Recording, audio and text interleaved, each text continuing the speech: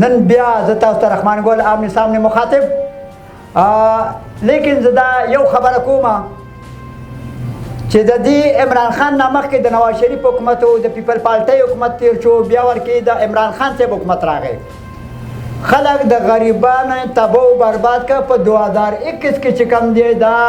اسپتالونه عمران خان لاسلیک کړی دی او د هغې په وجه باندې پرایویټ شو هره محکمه پرایویټ ته روانه ده زه افسوس دا کوم ته کومه لاره وښیې د کوم په زړه باندې پټۍ به څنګه ږدي کله عمران خان راغی هغې چې کوم دی نوکرۍ نه داسې اسپتالونه یې پرایویټ کړه نوکرۍ نه چې خلک کوي پرایویټ دي هغې پنسل ختم شو د وړو د غوړو د مهنګایي د دې خلاف یو ګراني چالو شوې ده لیکن هغې حکومت خو ختم شو د شهباز شریف حکومت راغی موږ چاله وجاړو لیکن په هر وخت کې غریب تباه و برباد دی غریب د مشکلاتو سره مخامخ دی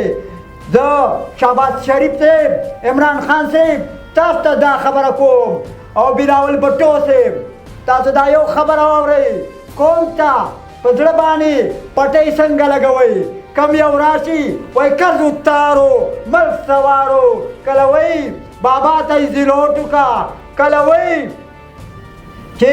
خپله خاوره خپل اختیار څوک وایي چې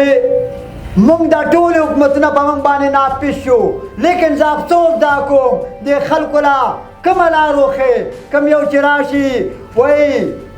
چې میتی منظر میتی ولا دم دمی دمیتی هر سړی په میتو کې پروت دی او په دې جب د کولو کې پروت دی هر سړی د کورسۍ غل دی کورسۍ وغواړي بس بیا خبره ختمه شي په اخره کې د تاسو ته دا خبره کوم چې دې خلکو ته یوه لاره وښیئ دې خلکو ته یو